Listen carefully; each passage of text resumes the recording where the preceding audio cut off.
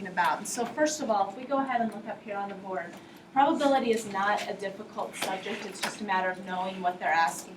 And so first of all, they ask us to look in the chart and say, what is the probability of randomly selecting a student who is a sophomore? Okay, so first of all, let's figure out how many total students are there. There's 100 total students. Okay, we notice that by looking here in the chart. 100 total students. Now we want to randomly select someone who is a sophomore. So how many sophomores are there? 24. There are 24. Okay, and so if I go ahead and look at that, I have 24 sophomores out of how many total? 100. So now depending on how the multiple choices go, that would be one answer. Okay, 24 out of 100. The next answer that you could have would be if it would be reduced down. And if it would be reduced down, it would be 6 over 25. So you're going to want to look for both of them. Okay, so what I would do first is look for the 24 100. If you don't see the 24 100 in the list, then you will shoot for the 6 over 25. So let's go ahead and look at this one. What is the probability of randomly selecting a student who is either a male or a senior? So first of all, I have how many students? 100. Okay. I have how many males? 50. Okay, now notice it says male or a senior. All right, so when I pick 50, that encompasses this whole column, right? So 50 total encompasses that column. Now how many others are seniors? 13, that comes from over here. So really, how many choices do I have? 63 out of 100. Okay, so when it has the or, you have to be careful that you don't double count. Because see, what some people will do is they'll take the 50 males and the 23 seniors, and they'll say it's 73, but what they've done is they've double counted the male seniors. Does that make sense? Okay, so make sure you don't double count them or count them twice. All right, find the mean of the set of data. What is mean? Mean? It means what? Average. So basically we want to average all those values together. And so now, if I look here, it says that I have 5 numbers. That's what frequency means. I have 5 numbers from 1 to 5. And so then the question is, what do you use? Do you use 1, 2, 3, 4, or 5? So what do you use there to find the average?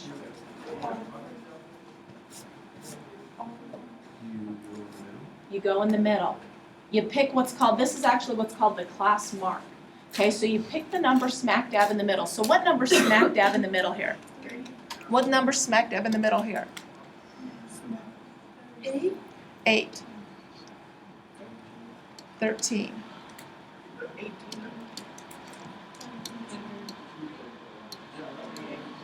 28. Okay, so what that means is that I've got 5 3s. So the easy way to do 5 3s is to multiply those numbers. So I'm going to take 3 times 5 and I'm going to get 15. I'm going to take 8 times 4 and get 32. I'm going to take 13 times 3 and get 39. I'm going to take 18 times 1 and get. I'm going to take 23 times 2 and get. I'm going to take 28 times 1 and get 28. So now to find the mean, I'm going to add all those up, and I'm going to divide by the total number. And so if I add all these up, let's go ahead and shoot. I've got 5 plus 2 is, plus 9 is 16, 24, 30, and 38. Now remember, you can't use a calculator on this. Okay, so 3 and 1 is, and 3 is, so I have 178. Now I have to figure out what am I going to divide by. And so to figure out what I divide by is I'm going to add up this column right here. So 5 and 4 is, 3 is 12, 16. So I'm going to take 178 and I'm going to divide it by 16.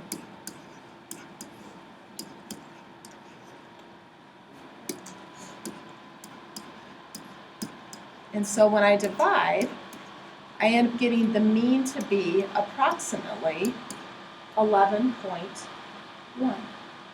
Okay, so approximately 11.1. Once again, you're going to have multiple choice, so you'll be able to look and see kind of what works there. Questions? Okay, understand the cause-and-effect deal? All right. Okay, now we're going to talk a little bit about standard deviation now. I don't know if you necessarily need to write this down so much, just really pay attention. Standard deviation shows how much variation or dispersion exists from the average. So basically, we're starting at the average and we're saying, how much does this stuff vary as I move further away from the average? Okay, a low standard deviation means everything's kind of clustered around the middle.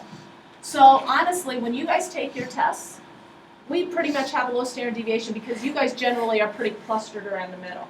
Now, if I were to go into another class, say for example, I was going to teach maybe like Algebra 1 and look at that standard deviation would probably be a little higher because the data is a little more spread out. Okay, I've got my average here, which means I might have a couple A's and I might have a couple F's. So the data is going to be a little bit more spread out than if I've got kind of everybody clustered around that middle. All right, and so high standard deviation indicates that the data points are spread out over a wide range of values. So low standard deviation means it's clustered around the middle. High standard deviation means it's spread out. So think about it, okay? Like on the ACT, do you think you're going to have a low standard deviation or do you think you're going to have a high standard deviation? On the ACT. So when they take everybody and they look at the test from everybody who took the ACT, yeah, it's probably going to be a little higher because when you think about it, with your standard deviation, you're going to have your data spread out over a wide range of values because you're going to have some people that do really, really, really well, a few of them, and you're going to have some people that don't do so hot. Okay, and then you've got your average in the middle. Okay, so anyway, let's go ahead and look at this. What effect would dropping, okay, 2 scores in the 1 to 5 interval have on the mean? And actually, I think it's the 5 scores that this is what it's supposed to be. Okay. So what do you think if I get rid of this whole column? What's it going to do to the mean? What? Make it bigger. Right. It's going to raise the mean, right? So what effect would it have? It would go up. All right. If you were to drop the same 5 scores, what do you think it would have the effect on the standard deviation? So if I got rid of these, what's it going to do to the standard deviation? Make it lower. Because what I'm doing is I'm eliminating one of these outer areas and I'm shrinking it down. Okay? So it would actually cause the standard deviation to go down. Does that make sense? Is it opposite every time? Like if the mean gets higher, the standard deviation is lower? Not always. Okay, and this is why. Say, for example, I go here, and instead of eliminating these scores, let's say I choose to eliminate these scores. Okay, if I would eliminate those scores, what's the mean going to do? It's going to go down. All right, it's going to get smaller. Likewise, if I come here and eliminate those scores, your standard deviation is going to go down as well. How can you tell just like from that if the mean goes up or down? Because you're eliminating low numbers here.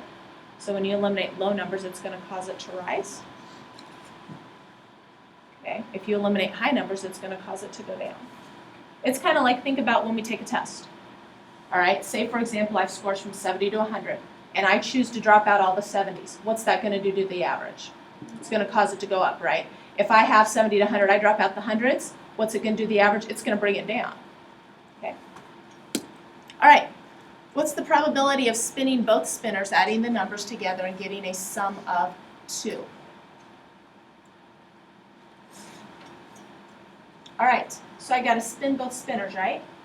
What's the probability that I spin a number here in the first spinner? 1/4, right? What's the probability I spin a number here?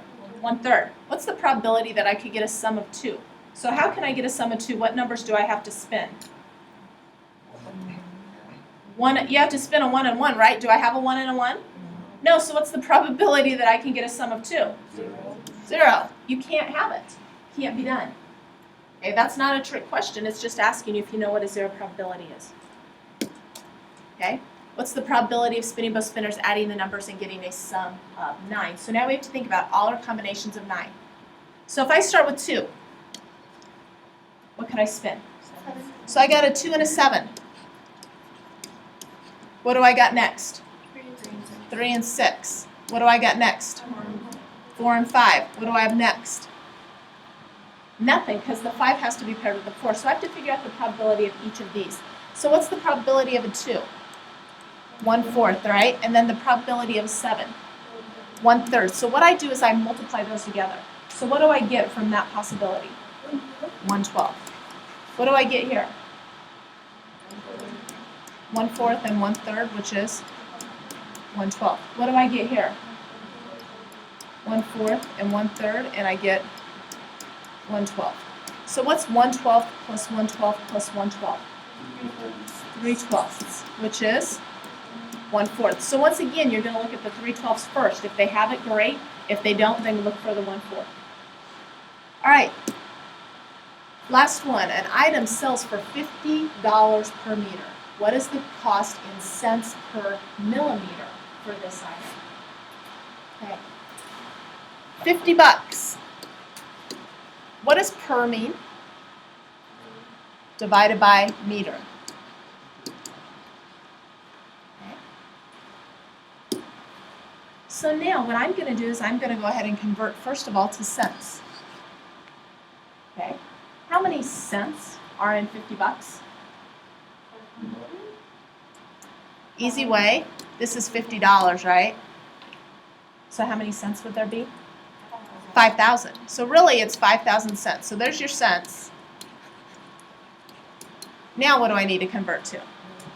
Millimeters. So I've got to convert to millimeters. So first of all, I'm going to go meters here up on the top. And I'm going to go millimeters on the bottom. Now on your cheat sheet thingy, it should have that conversion. Does it? Somewhere on the sheet it should have conversions for you. There you go, at the very bottom. What does it say? 1 meter equals 100 centimeters, and 1 centimeter equals 10 millimeters. So what's the conversion between them? 1 to what? 1 to 1,000, right? Now, say for example you didn't know that. What you could do is change it to meters to centimeters. And then you could go centimeters to millimeters. And the conversion here is 1 to 10. So here you go. Oops, I didn't want to cross that one off. I wanted to cross these two off. So now, if I look on the top, I've got 5,000. What do I have on the bottom? 1,000. Okay, so my answer will be 5. Okay, cents per millimeter. So 5 cents per millimeter. So conversions, we've looked at those before, so those shouldn't be too difficult. All right, questions? Covered probability, standard deviation, average.